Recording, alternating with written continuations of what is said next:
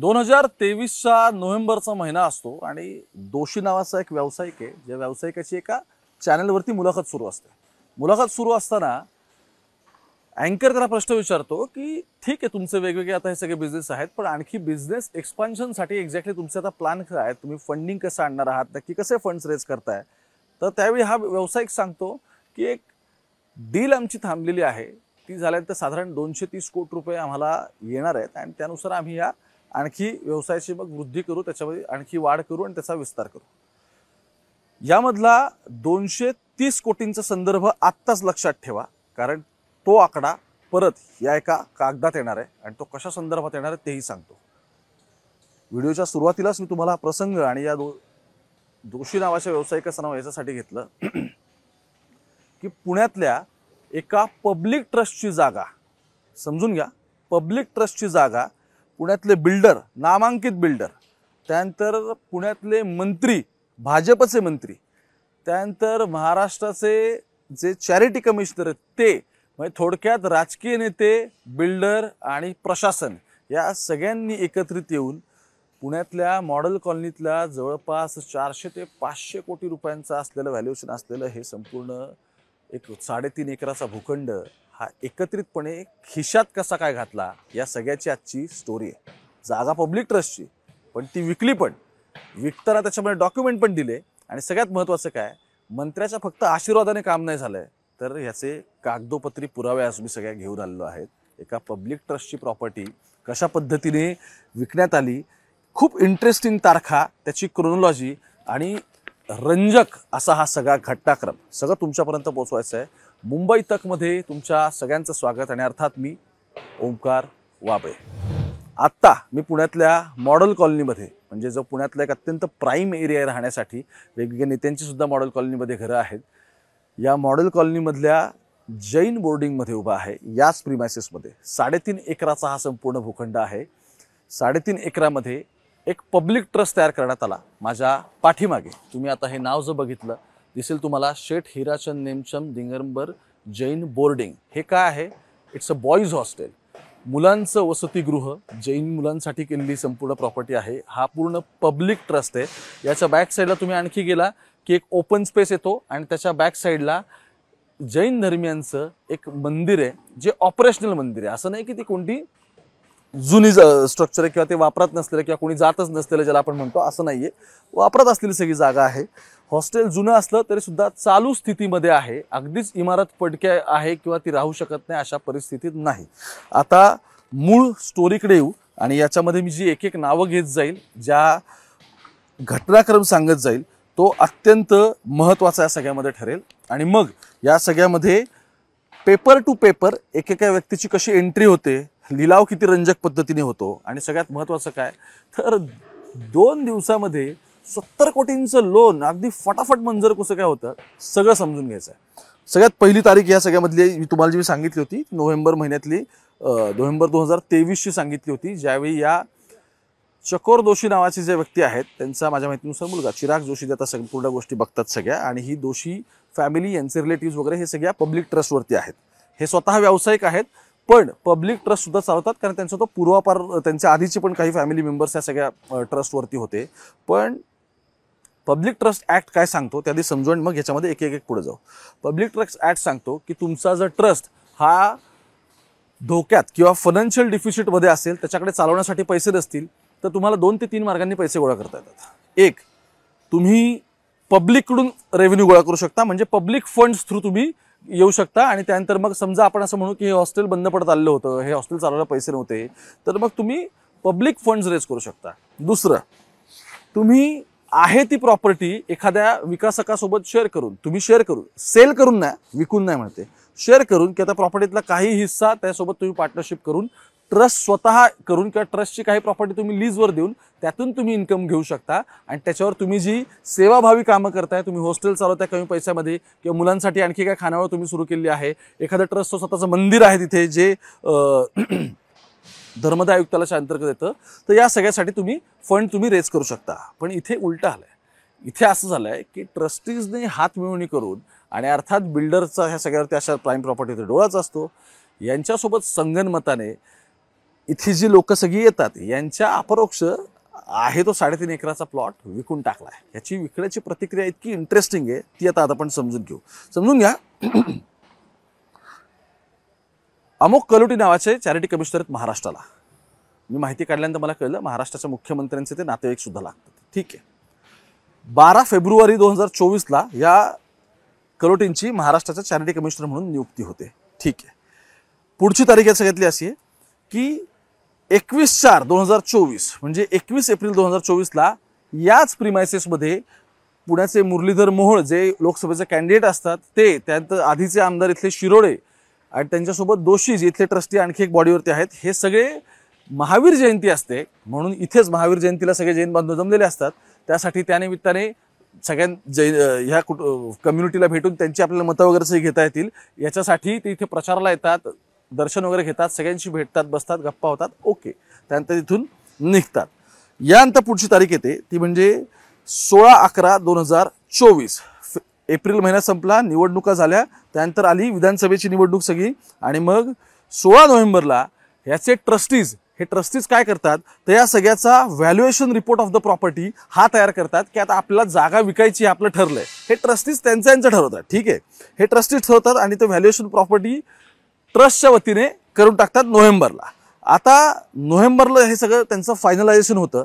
याचा valuation paper माझ्याकडे आत्ता आहे. हे अगदी तारखेनुसारचा सगळा 16/11चा हा व्हॅल्युएशन रिपोर्ट आहे. व्हॅल्युएशन रिपोर्ट 223 कोटींचा म्हणजे 224 कोटींचा जवळपास काढला, 99 लाख आहेत पुढे. ठीक आहे. याचं हे व्हॅल्युएशन करून घेतात. हे झाल्यानंतर बोर्ड ऑफ ट्रस्टकडून ट्रस्टीजला नोटीस येते आणि ट्रस्टीजला 13 डिसेंबरला सांगण्यात येतं की पुढच्या 4 दिवसात आपण या प्रॉपर्टी सेल संदर्भात मीटिंग कंडक्ट करतोय आणि त्यामध्ये मग तुमचे काय असेल ते विषय मांडा. 13 डिसेंबरला नोटीस इश्यू होते, 16-17ला मीटिंग होते, 17 तारखेला मीटिंग होते. 17 तारखेला मीटिंग झाल्यानंतर लगेच 20 तारखेला 3 दिवसात संपूर्ण प्रॉपर्टीचे व्हॅल्युएशननुसार त्याच्या टेंडरिंगसाठी टेंडरिंगसाठी पब्लिक नोटीस जाहीर केली जाते. लगेच 3 दिवसात पब्लिक नोटीस जाहीर होते. पब्लिक नोटीस जाहीर झालं तर त्याच्यामध्ये एक गोष्ट करतात की मेरिट डेव्हलपमेंट कन्सल्टंट हे याच्यासाठी नेमले जातात. म्हणजे काय की ही मेरिट नावाची फर्म याच्यासाठी नेमली जाते ते कन्सल्टंट म्हणून की ते या जागेचं व्हॅल्युएशन बघतील, ही जागा संपूर्ण बघतील आणि इथे जी डेव्हलपमेंट व्हायची आहे त्याच्यासाठीचे कन्सल्टंट म्हणून काम बघतील. मी सहज ते मेरिट सर्च केलं तर मला दिसलं की त्या मेरिटच्या ऑफिसमधल्या मेन खुर्चीवर जाऊन बसलेले आहेत पुण्याचे खासदार मुरलीधर मोहोळ. ठीक आहे. ओके. ज्यावेळी कन्सल्टंट नेमले जातात, कन्सल्टंट टेंडरिंगच्या ऑर्डर्स काढतात. कन्सल्टंट म्हणतात की इथे डेव्हलप करायची जागा विकायला रेडी झालेल्या आहेत. तर विकासक कोण आहेत? 3 विकासक या सगळ्यामध्ये येतात, रांजणेकर, बडेकर आणि गोखले. बघा या तिघांचं पण माझ्याकडे डॉक्युमेंट आहे पुणे म्युनिसिपल कॉर्पोरेशनचं. याच्यामध्ये या जागेचं टेंडरिंग कसं झालं हे दाखवलंय.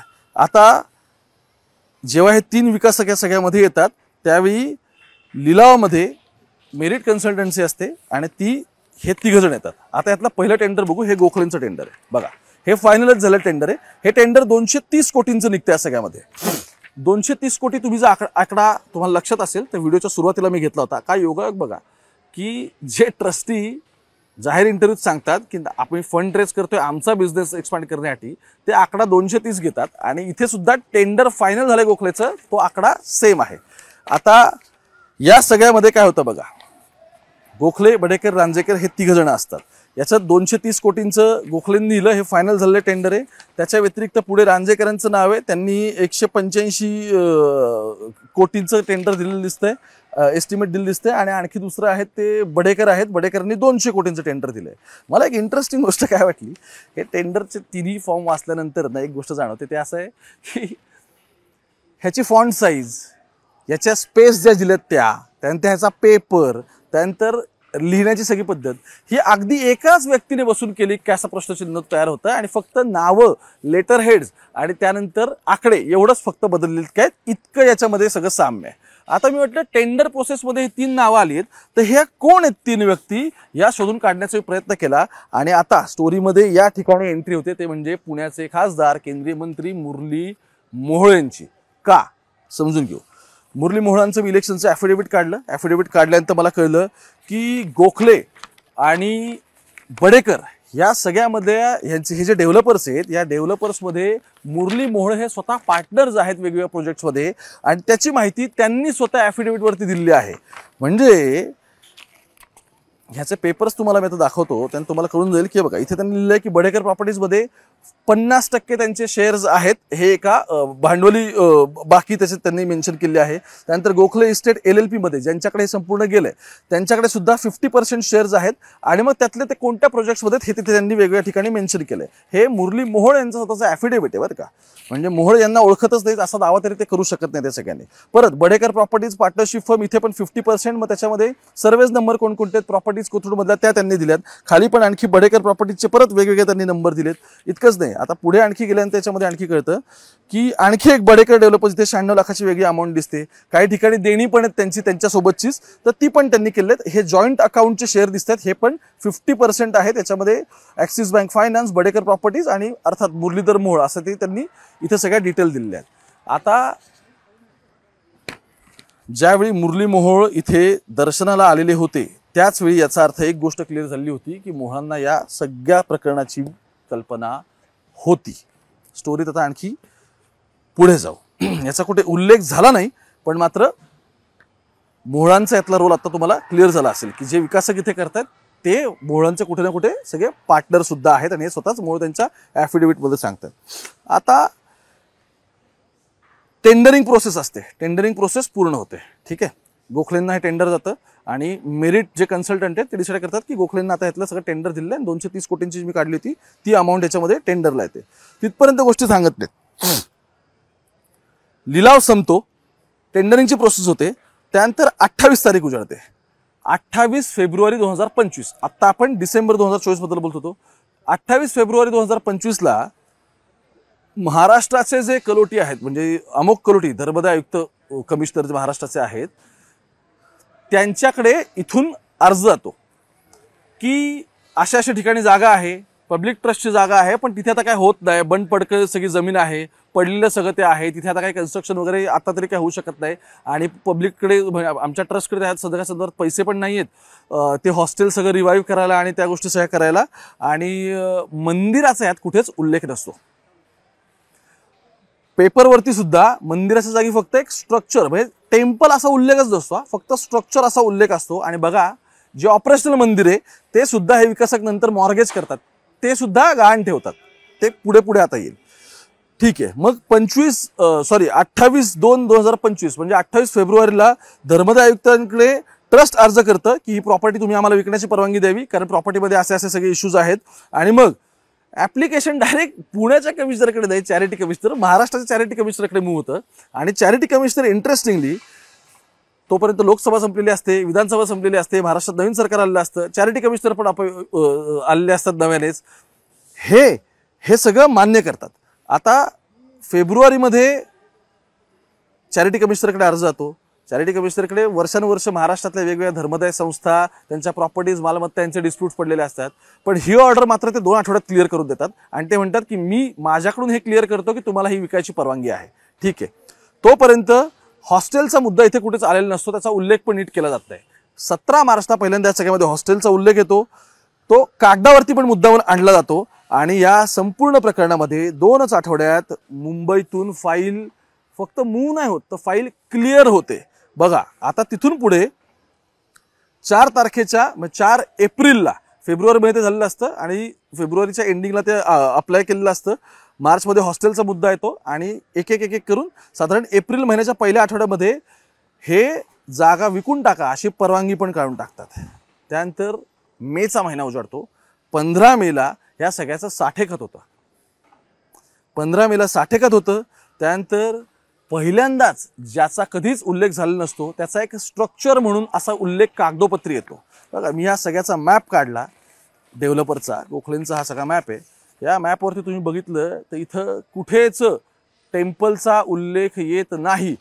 नव्याने जे ते करणार आहेत त्या ठिकाणी त्यांनी सांगितले की आम्ही कोपऱ्यामध्ये, म्हणजे 3.5 एकराची जागा आहे, तर त्यातल्या 3.5 गुंठ्यात आम्ही नवीन पोरांना हॉस्टेल बांधून देऊ, ते पण 235 क्षमतेचं आत्ताच हॉस्टेल आहे, हे 150चं बांधून देतात, म्हणजे आहे ती क्षमता आणखी कमी करतात नवीन हॉस्टेलमध्ये. ठीक आहे, त्याच्याकडे त्या मुद्द्याकडे मिळतो, पण इथे टेम्पलचा कुठेही उल्लेख आलेला नसतो. एक रॅन्डम स्ट्रक्चर म्हणून या सगळ्यामध्ये फक्त उल्लेख करतात. आता मुद्दा फक्त इथेच थांबत नाही.